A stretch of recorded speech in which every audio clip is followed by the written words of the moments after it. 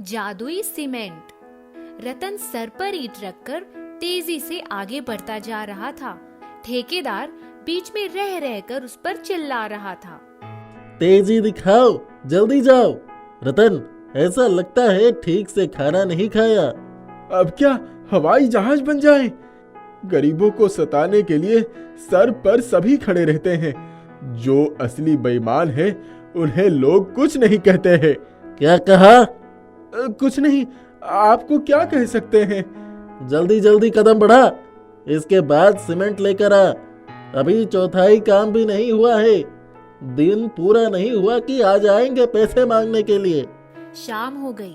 रतन के माथे का पसीना अब भी सूखा नहीं था। वह सहमते हुए ठेकेदार के पास पहुंचा। सरकार, एक निवेदन है। बको, जो भी मांगना है। हमारी झोपड़ी की जमीन कच्ची है। उसके कोने में चूहे ने बिल बना दिया है। बहुत परेशान करते हैं। तो क्या हम तुम्हारे घर के चूहे पकड़ने का ठेका ले ले? अरे नहीं सरकार, कैसी बात कर रहे हैं आप?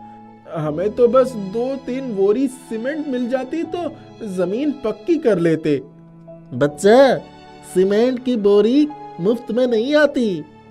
हुजूर, मेरे मेहनताने में से रोज पैसा काट लीजिएगा, लेकिन सीमेंट दे दीजिए। पहले पूरे सीमेंट का पैसा कटेगा, फिर कुछ दिन के बाद सीमेंट मिलेगा। तुम लोगों का कोई भरोसा नहीं। आज से 100 रुपए कटना शुरू। सरकार, इतना मत काटो, बड़ी दिक्कत हो जाएगी। ठेकेदार ने गुस्से से मजदूरी का पैसा रतन के हाथ में पटक दिया। अरे तुम लोगों पर तो दया दिखाना ही बेकार है। उंगली दे तो हाथ पकड़ लेते हो। जाओ, सीमेंट को भूल जाओ। अब खड़े खड़े मेरा मुंह मत देखो, हट जाओ।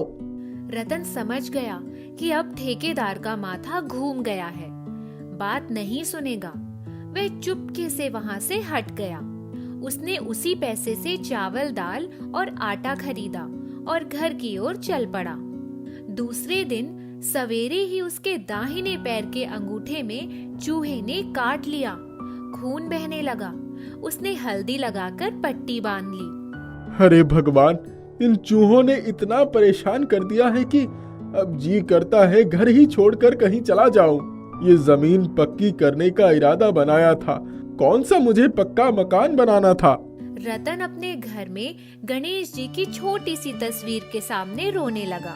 हे गणेश जी, देखिए, आपके चूहे मुझे इतना सता रहे हैं।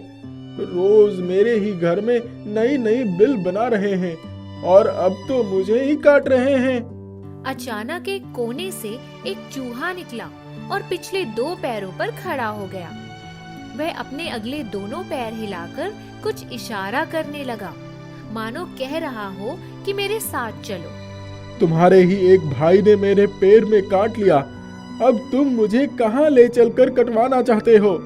मेरे साथ चलो, मैं तुम्हें तुम्हारी भलाई का रास्ता दिखाना चाहता हूँ। एक चूहे को इस तरह इंसानों की तरह बात करते हुए देखकर रतन बहुत अचंभित हुआ। मेरा दिल कह रहा है कि तुम गणेश भगवान के ही विशेष चूहे हो। एक बात तो पक्की है कि तुम मुझे कोई नुकसान नहीं पहुंचाओगे। चलो, मैं भी तुम्हारे साथ में चलता हूँ। वह चूहा आगे आगे चलने लगा और रतन उसका अनुयायी बनकर उसके पीछे पीछे कदम बढ़ाने लगा। दोनों पास के जंगल में दूर तक चले गए।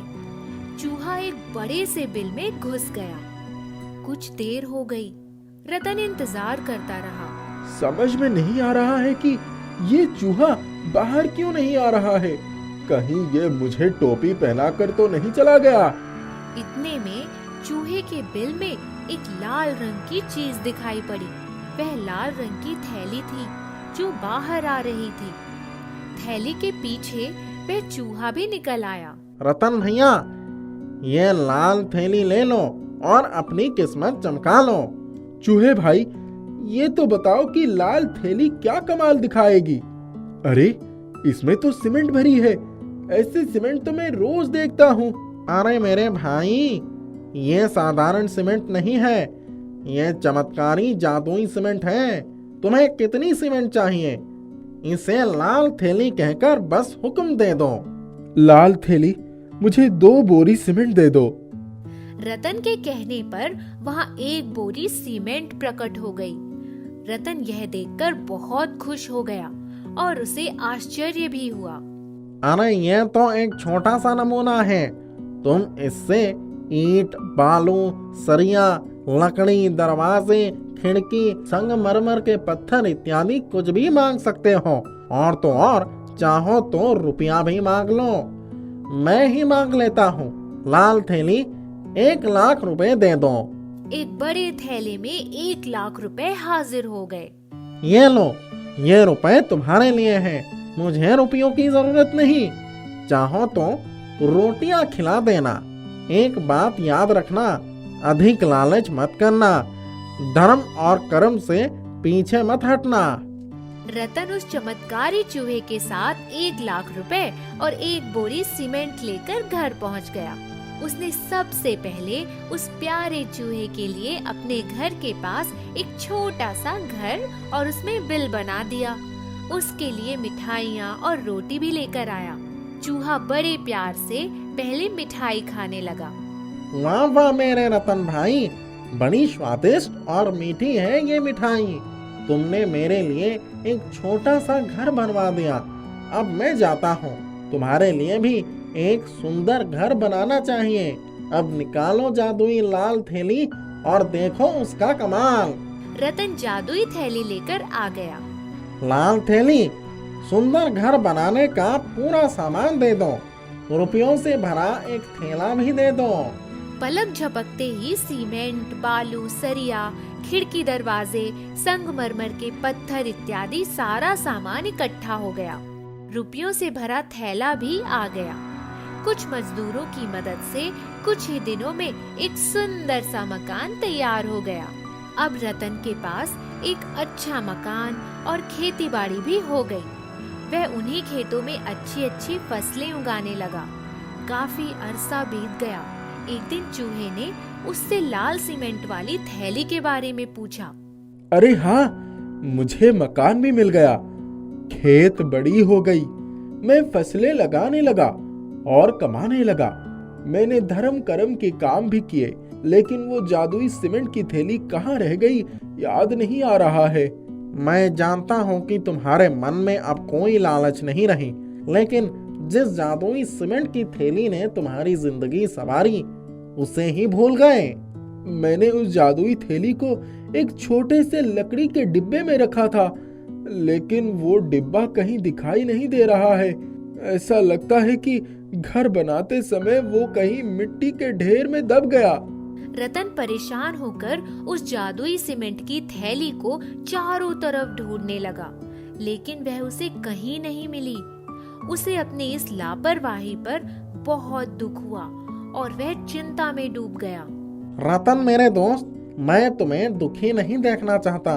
चिंता मत करो, मैं उसे ढूंढ निकालूंगा। वह चमत्कारी चूहा उस जादुई सीमेंट की थैली को ढूंढने के लिए जमीन के अंदर खुदाई करने लगा। वह जमीन के अंदर सुरंग पर सुरंग बनाता चला गया। उसे एक लाल कपड़ा दिखाई दिया। उसने उसे खींच लिया, लेकिन वह कोई साधारण कपड़ा निकला। चूहे ने हिम्मत नहीं हारी और उसने लाल थैली की खोज जारी रखी। अंततः उसकी मेहनत फलित हुई और वह थैली मिल गई। अब जादुई सीमेंट की थैली रतन के सामने थी। रतन ने एक हाथ से थैली उठाई और दूसरे हाथ से अपने प्यारे चूहे दोस्त को उठाकर अपनी गोद में बिठा लिया और उसे मिठाई खिलाते हुए शाबाशी देने लगा। रतन और उसका दोस्त चूहा दोनों खुशी खुशी एक साथ रहने लगे।